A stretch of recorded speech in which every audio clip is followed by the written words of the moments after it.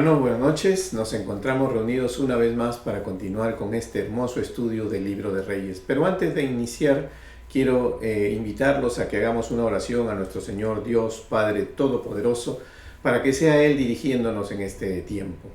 Inclinemos nuestros rostros. Señor, te damos gracias por esta noche. Te damos gracias, Señor, porque tú eres el Ebenezer. Tú eres, Señor, quien nos ha guiado, quien todo el momento ha puesto sobre nosotros las palabras, el entendimiento y la sabiduría. Te pedimos el día de hoy que a través de tu Espíritu Santo, Señor, seas tú guiándonos por este camino que es tu palabra, Señor. Te lo pedimos en el precioso y maravilloso nombre de nuestro Señor Jesucristo. Amén, amén y amén. Hermanos, amigos, buenas noches. Nos encontramos reunidos una vez más para continuar con el estudio del primer libro de Reyes. En esta oportunidad nos va a tocar estudiar los capítulos 9 y 10. Como ustedes saben, ya hemos visto sobre todo lo que ha constituido la construcción del templo, ¿no? Hemos visto cómo Dios le entrega esta oportunidad a Salomón, hemos visto cómo vive un tiempo de paz que era necesario para poder tener el diseño del templo y todas estas cosas. También al día de hoy vamos a movernos un poco más gráficamente también, aunque vamos a ampliar un poco más la lectura, pero la gráfica siempre nos va a ayudar a entender. Como lo hemos hecho en la clase pasada, hoy vamos a volver a revisar lo que es la geografía para poder recordar y entender. Aquí tenemos lo que es la ciudad que David construyó. Recuerden que David no pudo levantar el templo porque así lo quiso Dios. Le pidió que él no lo hiciera, que lo iba a hacer su hijo. David instaló la ciudad en el monte de Sión. Y ahí tenemos señalado donde David construye su palacio, o sea, su propia casa para él. En el monte siguiente, todo está dentro del área de Jerusalén, que es el monte de Moria. Tenemos donde Salomón tomó este terreno vacío. Es un terreno que no había ciudad. Lo tomó y construyó ahí el complejo que corresponde al tercer templo. ¿Y por qué yo digo el complejo? Porque en realidad es una construcción múltiple de diferentes edificios que lo vamos a ir viendo y lo vamos a ir detallando.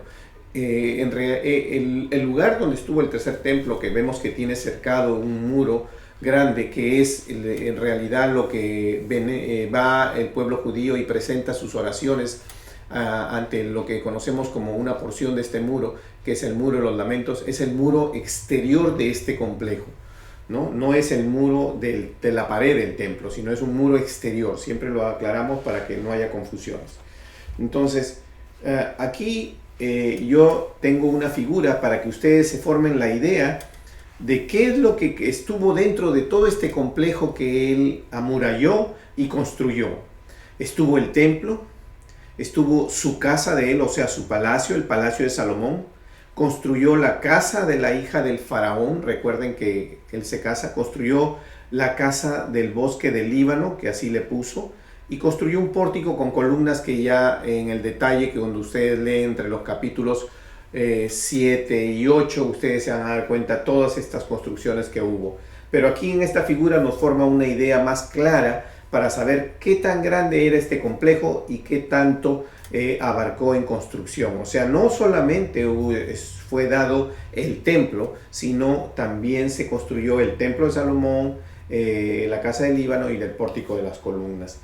Como ustedes pueden observar, y hemos dicho en la clase pasada, es necesario hacer hincapié de que el Señor, el Dios Padre Todopoderoso, Él cuando Jehová habla con David y le dice que va a construir su hijo el templo, y cuando así lo hace Salomón, en ningún momento hemos visto que Dios haya dicho o haya designado el lugar exacto donde debe ser levantado el templo. Esto es algo que no vamos a observar en la palabra de Dios. Solo el Señor le pide a David, ya que es David quien dice que quiere construir casa para Dios, no es Dios quien se lo pide.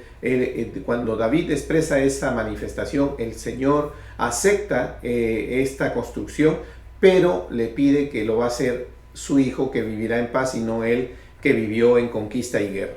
Y así es como sucede efectivamente.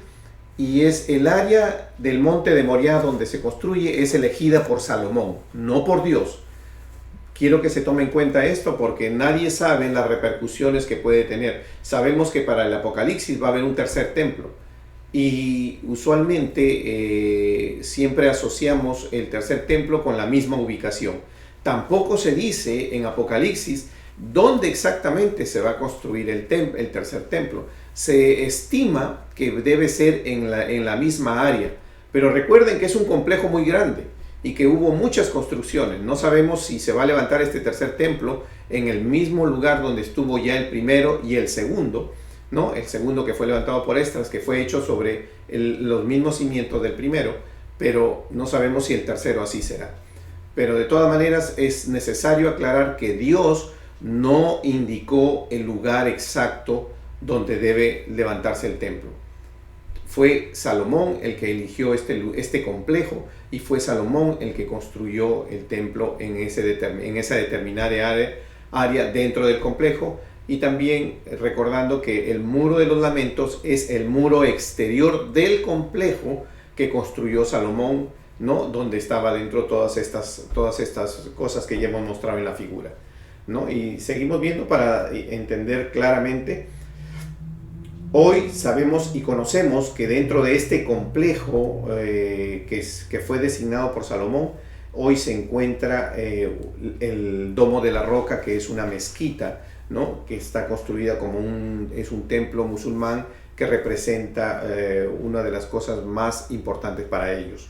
Está dentro de este complejo. Aquí tenemos en línea roja la posición del Muro de los Lamentos que quedó, que es donde la gente va a orar.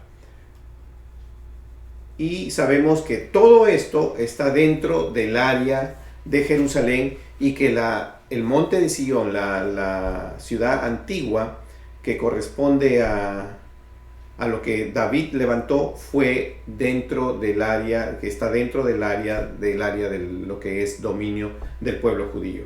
Bueno, con todas estas aclaraciones, entonces ya nosotros nuevamente nos hemos ubicado y vamos a continuar este estudio para darnos cuenta realmente cómo es que actuó Salomón.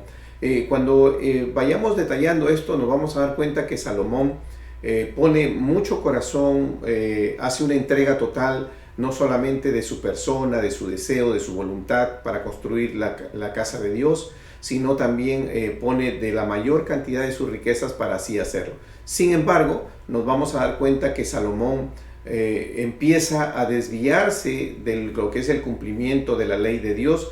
Desde que empezó la construcción del templo ya empezó a desviarse en el cumplimiento, y lo vamos a ir viendo y lo vamos a analizar con lo que es la ley de Dios más adelante para darnos cuenta qué tan grande. Sabemos que este desvío que se inicia desde este tiempo, en realidad se culmina al final, y sabemos que se culmina debido a que tiene tantas mujeres, que dice la palabra que el número de mujeres paganas con las que él se contrae matrimonio, con mujeres que el Dios había previsto que el pueblo no se mezclara con las mujeres cananeas. Inclusive él se casa con todas estas mujeres y desvía su corazón.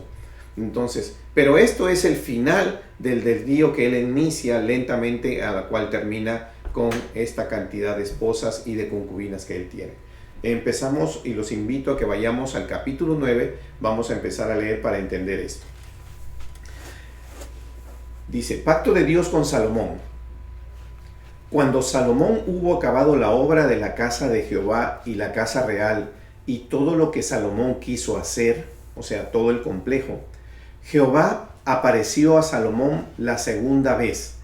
Recuerden ustedes que la primera vez que se le apareció era antes de empezar esta construcción, y sabemos que tomó 7 años construir el templo y 13 años construir la casa de Salomón. O sea que acá estamos hablando de, nuevamente Dios viene a hablarle, ¿no? En el tiempo, habiendo transcurrido entre este capítulo y otro capítulo, entre que se empieza la construcción, estamos hablando de más de 20 años de tiempo, de lapso de tiempo que se ha corrido. Es necesario entender, ¿no? Que cuando nosotros hablamos históricamente de los sucesos bíblicos, ¿no? que se detallan en la Biblia tiene una particularidad. La Biblia totalmente nos detalla hechos que corresponden a un tiempo de Kairos, ¿no? O sea, a un tiempo que viene por épocas, por temporadas. No es un tiempo de cronos, o sea, no es un tiempo específico que diga tal día o tal hora o en tal mes específicamente de tal año sucedieron estas cosas. Por eso que nosotros, cuando tratamos de establecer históricamente las fechas, o sea, más aproximadas que puedan haber sucedido, nunca podemos lograr ubicar años precisos y exactos. No podemos decir en el año 901, en el mes de octubre, en el día 20, sucedió este evento. No, porque eso sería cronos, tener una exactitud. La Biblia fue escrita a manera de kairos, o sea, en los años 900, por decir, en los primeros años de los 900, en los segundos años de los años 1000, y así sucesivamente es como realmente nos detalla. Por eso que en 2 o en 3 capítulos hemos avanzado prácticamente 20 años. O sea, vemos el tiempo del inicio de la construcción del templo, cómo se diseñó el templo, y de ahí vemos ya habiendo terminado el templo, nuevamente Dios manifestándose al pueblo, a Salomón. ¿No? Seguimos. Dice, Jehová apareció a Salomón la segunda vez como le había aparecido en Gabaón. Y le dijo Jehová, yo he oído tu oración y tu ruego que has hecho en mi presencia. Yo he santificado esta casa que tú has edificado para poner mi nombre en ella para siempre, y en ella estarán mis ojos y mi corazón todos los días. O sea, su presencia de él estará ahí, ¿no? Porque eso es lo que le está diciendo. Versículo 4, y si tú anduvieres delante de mí, como anduvo David tu padre, en integridad de corazón y en equidad. Observen cómo aquí Dios le dice, está bien lo que has hecho, pero es necesario que tú camines en integridad de corazón y en equidad, pero de corazón. ¿Qué quiere decir? Que no está queriendo que solamente lo haga porque tiene que hacerlo por obligación, sino que haya una voluntad nacida dentro de él de seguir el cumplimiento de las cosas de Dios. Y eso es lo que Dios nos pide. Podremos darle lo mejor a Dios, podemos desprendernos de nuestros mayores tesoros para entregárselos a Dios, podemos darle a Dios nuestra mejor mano de obra, nuestra mejor voluntad, pero tenemos que entregarle nuestro corazón. Tenemos que hacer que esto suceda con la mejor voluntad, alegría y gozo de nuestro corazón, porque Él quiere no solamente una obediencia, sino está pidiendo una obediencia nacida desde adentro. Y eso es lo que le dice aquí a Salomón. Continuamos. Dice, y si tú anduvieras delante de mí como anduvo David tu padre, en integridad de corazón y en equidad, haciendo todas las cosas que yo te he mandado y guardando mis estatutos, o sea, cumpliendo mi ley, cumpliendo lo que yo te ordeno en la ley de Dios, en la ley de Moisés. Dice, y mis decretos, versículo 5 dice, yo afirmaré el trono de tu reino sobre Israel para siempre, como hablé a David tu padre, diciendo, no faltará varón de tu descendencia en el trono de Israel. Aquí nos damos cuenta cómo el Señor realmente le está diciendo a él, necesito obediencia, y obediencia con voluntad de obedecer, no obediencia con obligación de obedecer. Recuerden que hay una diferencia entre obligación de obedecer y voluntad de obedecer. Esto, lo que pide Dios es una voluntad de obedecer, que nazca de tu corazón ese amor a Dios para que tú puedas hacerlo y obedecerlo. No que tengas o te veas obligado, presionado o mandado o sujeto a una ley para que tú lo hagas. De todas maneras le dice, escrito está las normas y los estatutos a los cuales tú te tienes que ceñir. Seguimos. Dice, versículo 6, mas si obstinadamente os apartareis de mí vosotros y vuestros hijos, y no guardaréis mis mandamientos y mis estatutos que yo he puesto delante de vosotros, sino que fuereis y sirviereis a dioses ajenos y los adorareis, yo cortaré a Israel de sobre la faz de la tierra que les he entregado, y esta casa que he santificado a mi nombre, yo la echaré delante de mí, e Israel será por proverbio y refrán a todos los pueblos. Observen este versículo 7. Este versículo 7 prácticamente le está diciendo lo que va a suceder, que ya ahora, hoy, podemos decir que sucedió. Que el primer templo va a ser destruido si ellos no siguen en obediencia lo que Dios les pide. Y dice, yo cortaré a Israel, o sea, no solamente va a disolver, va a derribar el templo, dice, yo cortaré a Israel sobre la faz de la tierra que les he entregado. Y esta casa que he santificado a mi nombre, yo la echaré delante de mí, e Israel será por proverbio y refrán a todos los pueblos. Ya sabemos, más adelante cuando estemos estudiando todo lo que es Reyes, el primer y segundo libro, nos daremos cuenta que eso sucede. Y esta casa que estaba en estima, cualquiera que pase por ella se asombrará y se burlará y dirá, ¿por qué ha hecho así Jehová a esta tierra y a esta casa? Versículo 9, y dirán, por cuanto dejaron a Jehová su Dios, que había sacado a sus padres de tierra de Egipto, y echaron mano a dioses ajenos, y los adoraron y los sirvieron. Por eso ha traído Jehová sobre ellos todo este mal. O sea, aquí nos dice claramente el Señor, que le dice a Salomón, y nos está diciendo a nosotros también, que la obediencia es el punto de partida, es el punto principal que nosotros tenemos que cumplir para que ser de su agrado. De lo contrario, entonces no podríamos nosotros tener valor en todo lo que hemos hecho si no tenemos la obediencia. Versículo 10. Aconteció al cabo de 20 años, cuando Salomón ya había edificado las dos casas, la casa de Jehová y la casa real, o sea, la casa de él y la casa real, para los cuales Hirán, rey de Tiro, había traído a Salomón madera de cedro y de ciprés, y cuanto oro quiso, que el rey Salomón dio a Hirán 20 ciudades en tierra de Galilea. Por todas las cosas que le sirvió el rey de Hirán, Salomón entregó 20 ciudades en tierra de Galilea. Quiero que nos detengamos ahí porque recuerden que el rey de Tiro es un rey fenicio, es un rey que no corresponde a lo que viene a ser parte del pueblo de Israel.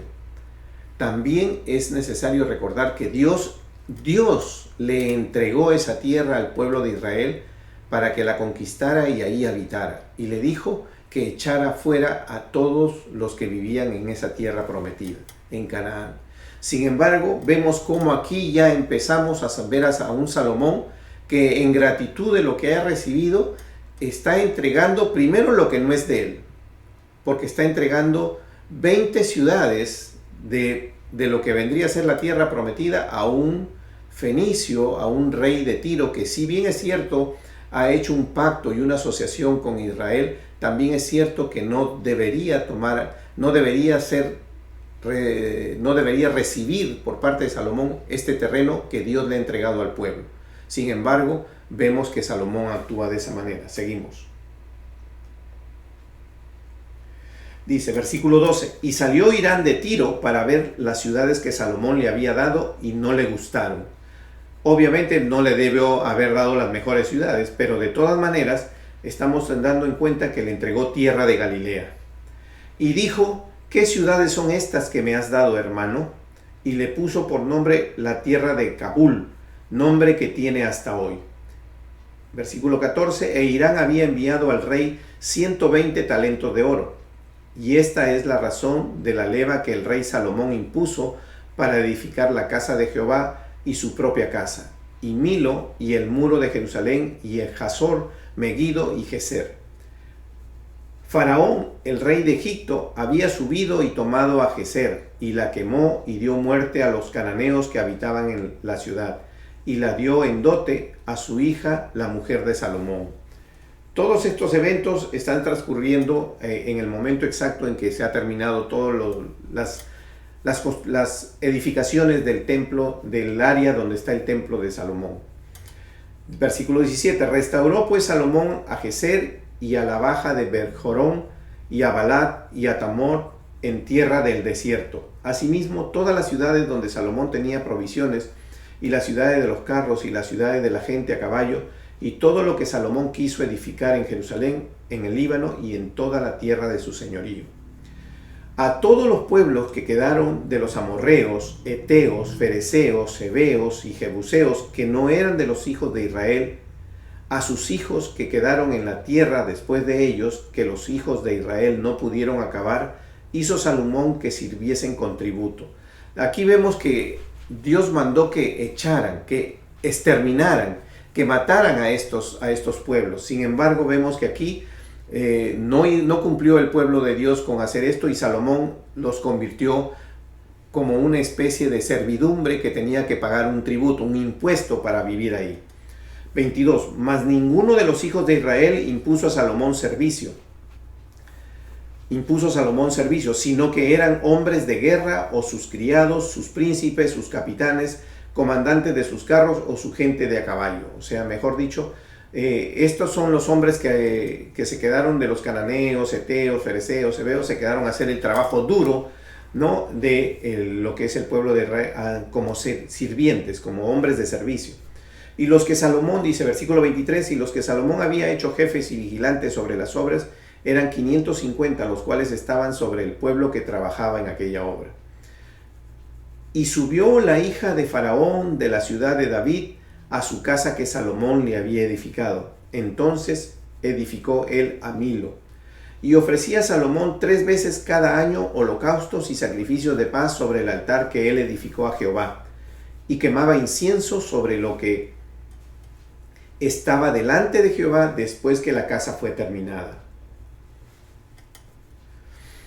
Hizo también el rey Salomón naves en Esior-Geser y junto a Elot, en la ribera del Mar Rojo, en la tierra de Edom. Y envió Hirán en ellas a sus siervos marineros y diestros en el mar con los siervos de Salomón, los cuales fueron a Ofir y tomaron de allí oro 420 talentos y lo trajeron al rey Salomón. Capítulo 10. La reina de Saba visita a Salomón. Dice, oyendo la reina de Saba la fama que Salomón había alcanzado por el nombre de Jehová, vino a probarle con preguntas difíciles. Y vino a Jerusalén con un séquito muy grande, con camellos cargados de especias y oro en gran abundancia, y piedras preciosas, y cuando vino a Salomón le expuso todo lo que su corazón tenía. Y Salomón le contestó todas sus preguntas, y nada hubo que el rey no le contestase. Y cuando la reina de Saba vio toda la sabiduría de Salomón y la casa que había edificado, asimismo la comida de su mesa, las habitaciones de sus oficiales y el estado y a los vestidos de los que le servían sus maestras salas y los holocaustos que ofrecía en la casa de Jehová, se quedó asombrada. En otras palabras, esta mujer, esta reina, vino a comprobar realmente si todo lo que se decía de Salomón era así como realmente se mostraba. Ya Salomón, sabemos que la bendición de ser el hombre más sabio, que Dios le entregó esta sabiduría, y no solo eso, sino también le entregó riqueza, su manera de administrar el reino sobrepasó todas las fronteras, y por eso motivó que esta reina lo visitara a él también. Dice, y dijo el rey, versículo 6, y dijo el rey, verdad es que lo que oí en mi tierra de tus cosas y de tu sabiduría, pero yo no lo creía hasta que he venido y mis ojos han visto que ni aún se me dijo la mitad. Es mayor tu sabiduría y bien que la fama que yo había oído. En otras palabras le dice, era más de lo que pensé.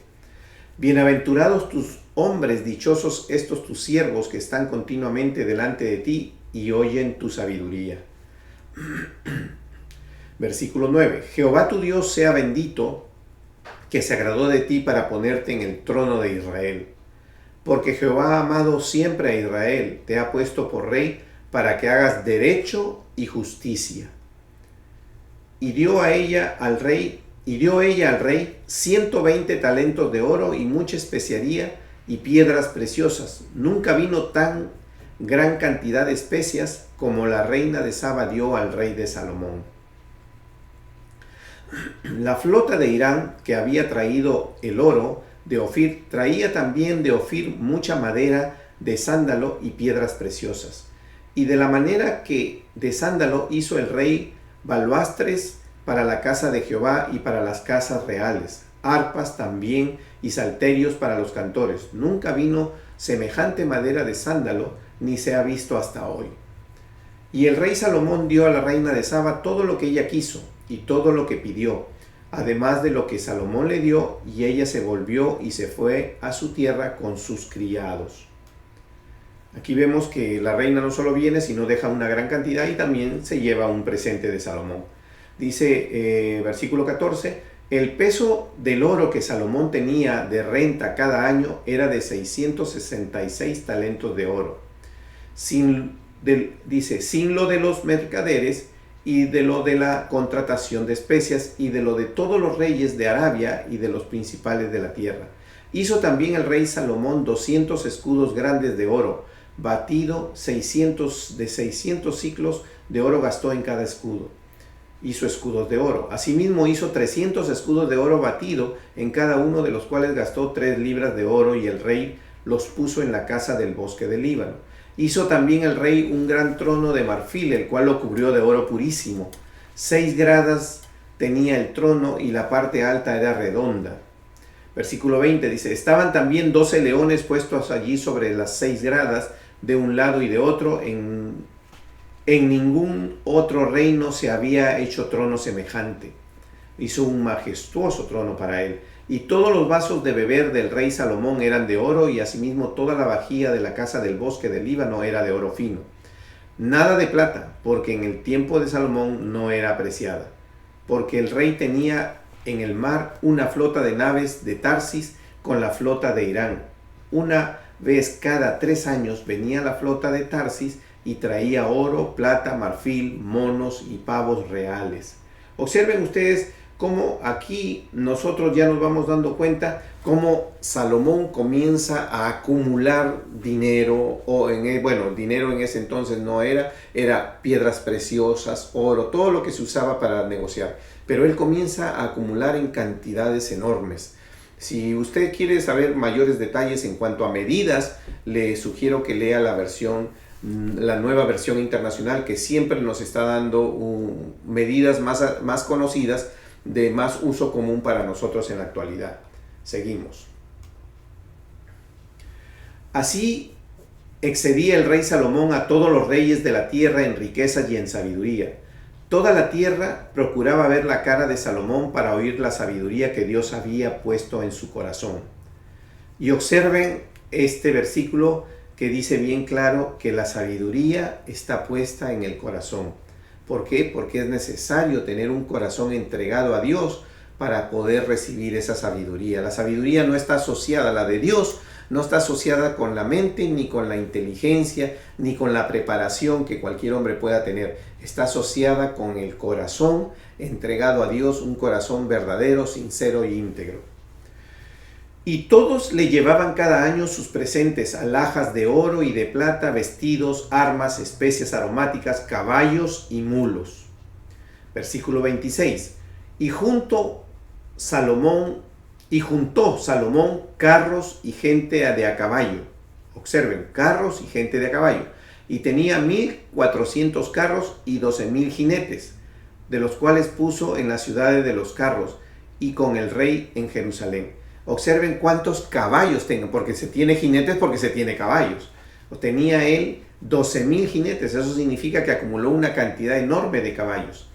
E hizo el rey que en Jerusalén la plata llegara a ser como piedras, y los cedros como cabrahigos de la cefela en abundancia. Observen ya la manera en que él comienza ya a tener la riqueza y comienza ya a perderle el aprecio a las cosas, al extremo que dice que ya la plata era como piedras, como que algo que no tenía ningún tipo de valor. Y él comienza a tener todo, ¿en qué? Dice aquí, resaltamos la palabra en este versículo 27, dice en abundancias. Y en el versículo 26 nos habla de que él tiene más de 12,000 jinetes y tenía también carros. Eso significa que tenía una cantidad enorme de caballos. Observen ustedes, caballos y abundancia de dinero, de piedras preciosas, de oro, de plata. Versículo 28. Y traían de Egipto caballos y lienzos a Salomón, porque la compañía de los mercaderes del rey compraba caballos y lienzos, o sea, estaba comprando caballos todo el tiempo. Y venía y salía de Egipto el carro por 600 piezas de plata y el caballo por 150, y así adquirían por mano de ellos todos los reyes de los heteos y de Siria. Observen ustedes cómo es que Salomón no solamente acumuló oro, plata, piedras preciosas en abundancia, sino que también compró caballos en abundancia y compró a Egipto. ¿Qué quiere decir? Que para comprar hay que ir a Egipto y traer los caballos, y eso es lo que él hacía, dice, ¿no? Y venía y salía de Egipto, o sea, iban y venían a Egipto, el carro por 600 piezas de plata y el caballo por 150, y así los adquirían por mano de ellos todos los reyes heteos. Entonces, aquí nos damos cuenta que tenemos un Salomón próspero, un Salomón que por la sabiduría que Dios le dio, la manera en que él administró, no solamente adquirió mucho oro que empleó en el templo, ¿no?, en todo lo que era su casa, el palacio también, y en las demás construcciones, sino que además comenzó ya a acumular esa riqueza. Acumular en tal sentido que ya era una abundancia en su reino, al extremo de tomar la plata y considerarla como el valor de una piedra, o sea, como un valor cero, nada. Ya era parte de una piedra normal, no se consideraba ya como un metal apreciado, como sabemos que es la plata. Sin embargo, igual manera, vemos que él comienza a adquirir caballos, y no solo los adquiere en abundancia los caballos, sino que también va a Egipto y viene trayendo. Regresa a Egipto, compra caballos y regresa a la tierra prometida donde él construyó su templo, ahí en Jerusalén. ¿Y qué significa esto? Todo esto significa que él ya se había desviado. Todavía no hemos tocado el tema de las esposas y las concubinas, pero él ya se había desviado en este tema. Ya tenemos un Salomón desviado, y lo vamos a comprobar. ¿Cómo? Lo vamos a comprobar cuando estamos viendo Deuteronomio. Vamos a leer Deuteronomio para recordar qué es lo que Dios le dijo a ellos en la ley. Y dice, Deuteronomio capítulo 17, versículo del 14 al 20, vamos a leer. Cuando hayas entrado en la tierra que Jehová tu Dios te da, o sea, donde vive actualmente Salomón, y tomes posesión en ella y habites y digas, pondré un rey sobre mí como todas las naciones que están en mis alrededores, ciertamente pondrás por rey sobre ti al que Jehová tu Dios escogiere. Hasta ahí estamos correctos, porque Salomón fue elegido por Dios. De entre tus hermanos pondrás rey sobre ti, no podrás poner sobre ti a hombre extranjero que no sea tu hermano. O sea, tiene que ser un israelita. Versículo 16. Pero él, o sea, el rey, no aumentará para sí caballos. ¿Se dan cuenta? ¿Qué es lo que estaba haciendo Salomón? Comprando caballos de Egipto y acumulando. Ni hará volver al pueblo a Egipto con el fin de aumentar caballos. Observen lo que dice la ley. Exactamente lo que Salomón estaba haciendo. Estaba yendo y viniendo de Egipto para comprar caballos. Y eso era estar incumpliendo la ley de Dios. ¿Qué le había dicho Dios? Que la casa era muy buena, el templo que construiste me gusta, lo bendijo, el Señor le dijo que su corazón y sus ojos habitarían ahí, pero era necesario que él cumpla con los mandatos que Dios dio. Y ya vemos aquí que él, sin haber llegado al tema de las mujeres, ya estaba desviado porque estaba incumpliendo con la ley de Dios, la ley de Moisés. Versículo 17 dice, ni tomará para sí muchas mujeres para que su corazón no se desvíe, ni plata ni oro amontonará para sí en abundancia. ¿Y qué es lo que hizo? Amontonó tanta plata y tanto oro que la plata ya la consideró como piedras, como objetos que no tenían ningún valor. También incumplió hasta este momento. Estamos enseñando e evidenciando completamente que Salomón está incumpliendo con todas estas cosas. Y dice, Versículo 18, y cuando se siente sobre el trono de su reino, entonces, o sea, cuando él fue nombrado rey, escribirá para sí un libro, una copia de esta ley, del original que está al cuidado de los sacerdotes levitas. ¿Y qué dice? 19 dice, 3 cosas debe tener en cuenta, le dice Dios, y lo tendrá consigo y lo leerá en él todos los días de su vida. Le está diciendo, la ley de Dios fue hecha para que tú como líder la leas todos los días de tu vida, para que no te desvíes ni a la derecha ni a la izquierda. Para que tú puedas crecer espiritualmente, tú tienes que leer la palabra de Dios, porque los mandatos de Dios están ahí. Y te pide que le pide al rey en ese momento que lo haga todos los días. Y si nos movemos en una aplicación para nosotros, está diciendo, si tú quieres crecer con Dios, lee la palabra de Dios, porque es la única manera en que tú recordarás y te hará presente en qué momento tú estás incumpliendo con sus mandatos. Y aquí vemos que le había advertido ya en la propia ley que él tenía que tener una copia y leerla. Número 2 dice, para guardar todas sus palabras, o sea, para que las cumpla y las ponga por obra. Después dice, versículo 20, para que no se eleve su corazón sobre sus hermanos, o sea, para que no entre el orgullo en la persona, ni se aparte del mandamiento a diestra ni siniestra, a fin de que se prolongue sus días en su reino, él y sus hijos y en medio de Israel. Observen ustedes, hermanos, cómo este rey, que todavía no hemos llegado al momento en que resaltamos la cantidad de esposas y concubinas que él llega a adquirir, sino solamente en este momento, en el momento que está procediendo al desarrollo de todo lo que es la construcción del templo, el desarrollo, el conocimiento, la fama que él llega a tener a través de la sabiduría que muestra, vemos cómo él comienza a quebrar la ley. Amontona el oro y la plata a tal extremo que él mismo pone ya la plata como un elemento sin valor, la valoriza igual que las piedras, o sea, sin valor. Vemos cómo amontona caballos. Cuando le dice que no, vemos cómo le dice que no regresarás a Egipto a comprar caballos. ¿Y qué es lo que hace? Iba y venía de Egipto a comprar caballos. O sea, estamos dando cuenta que ya tenemos aquí a un Salomón desviado del cumplimiento y el mandato de la ley de Dios. Su corazón no solo se desvió con las mujeres se completó el desvío.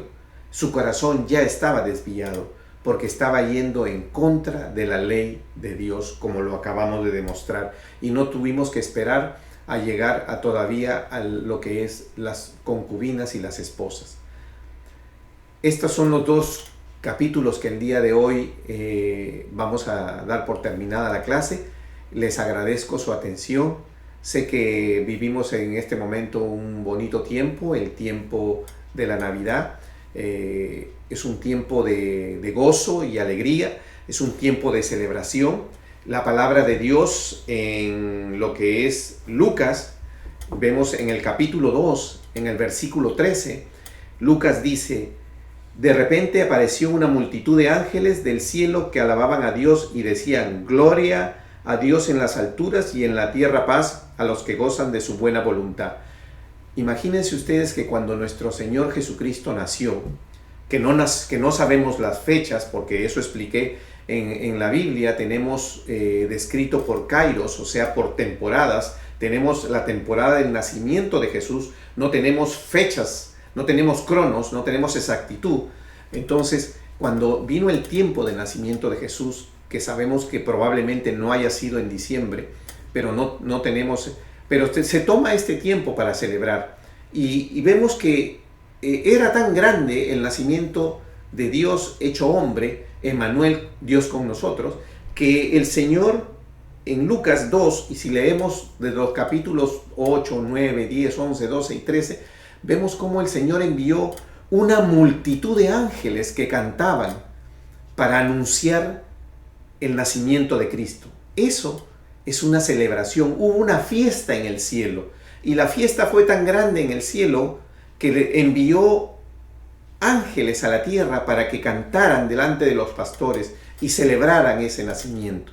Y hoy Vamos nosotros a recordar en este mes de diciembre el nacimiento de nuestro Señor Jesucristo, con esa alegría que Dios nos mostró, con esa celebración que Dios nos mostró en este tiempo, ¿no? El tiempo en el que el tiempo que nosotros hemos tomado como representativamente, porque sabemos que no conocemos el tiempo exacto, que para reconocer que Dios vino a este mundo, Emmanuel, Dios hecho hombre. Gracias por su atención y nos vemos la próxima clase. Dios los bendiga.